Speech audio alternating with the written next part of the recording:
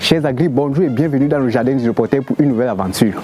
La fois dernière, nous nous sommes posé la question de savoir pourquoi est-ce que les jeunes ne veulent pas entreprendre dans l'agriculture, pourquoi est-ce que les jeunes fuient l'agriculture, et vous avez été nombreux à réagir en soulignant au passage un seul fait. La politique. C'est quoi la politique? Et c'est quoi une politique agricole? Est-ce que nos politiciens nous servent vraiment à quelque chose? Ils ne servent à rien. Je demande au Dieu de punir, de toucher le cœur de tous nos politiciens. Ne vous en faites pas les agris, on parle de politique agricole.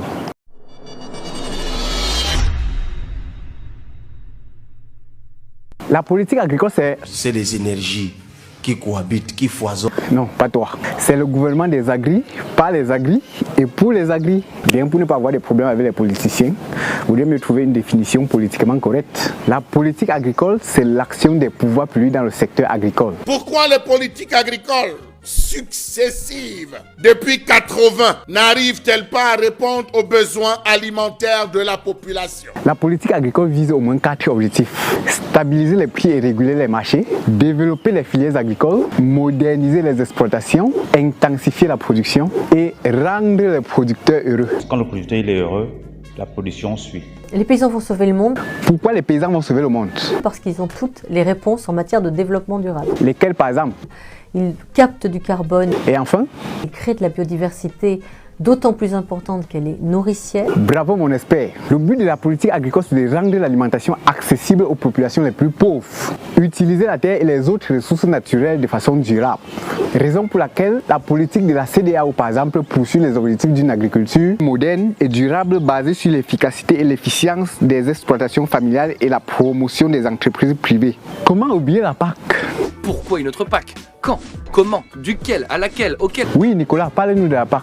C'est la politique agricole commune créée par l'Union européenne en 1962, juste après la Seconde Guerre mondiale, parce qu'on crevait franchement la dalle. Quel est même son budget?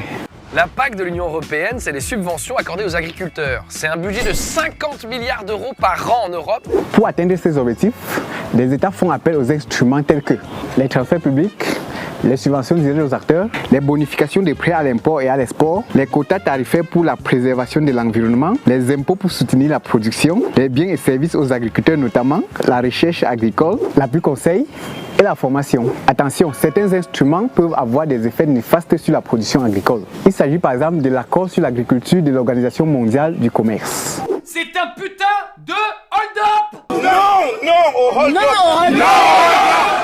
Ah oui, ce sont les plus faibles qui tiennent les discours moraux.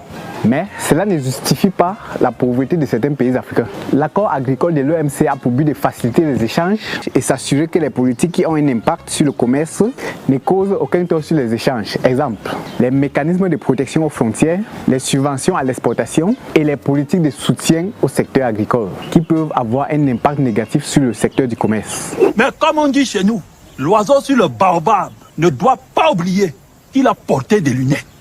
En fait, l'OMC considère que tous les pays sont égaux et se rassure que toutes les transactions se fassent sur la base d'une concurrence pure et parfaite. Eh bien, la concurrence pure et parfaite, ça n'existe nulle part. Si l'Europe a si jalousement gardé sa relation avec l'Afrique depuis si longtemps, c'est bien parce qu'elle en tire quelque chose. Donc quand ils viennent faire des affaires, ils viennent nous aider. Quand nous, on vient faire des affaires, on est immigrés économiques. Donc à un moment donné, il faut parler bêtement du marché capitaliste à la régulière.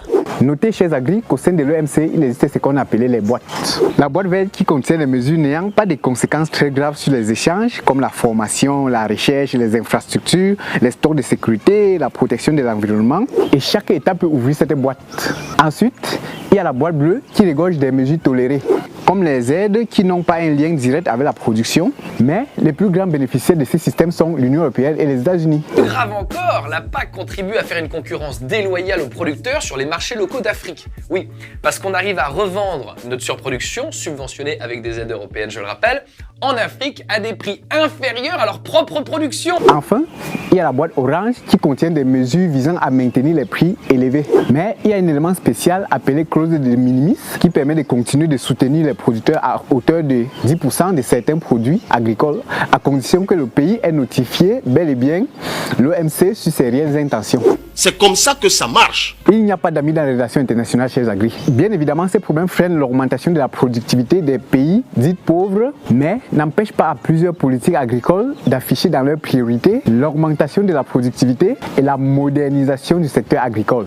Préservons, protégeons, respectons et rémunérons les agriculteurs africains.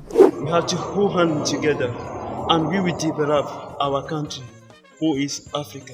La terre, elle ne ment jamais. Je vous remercie.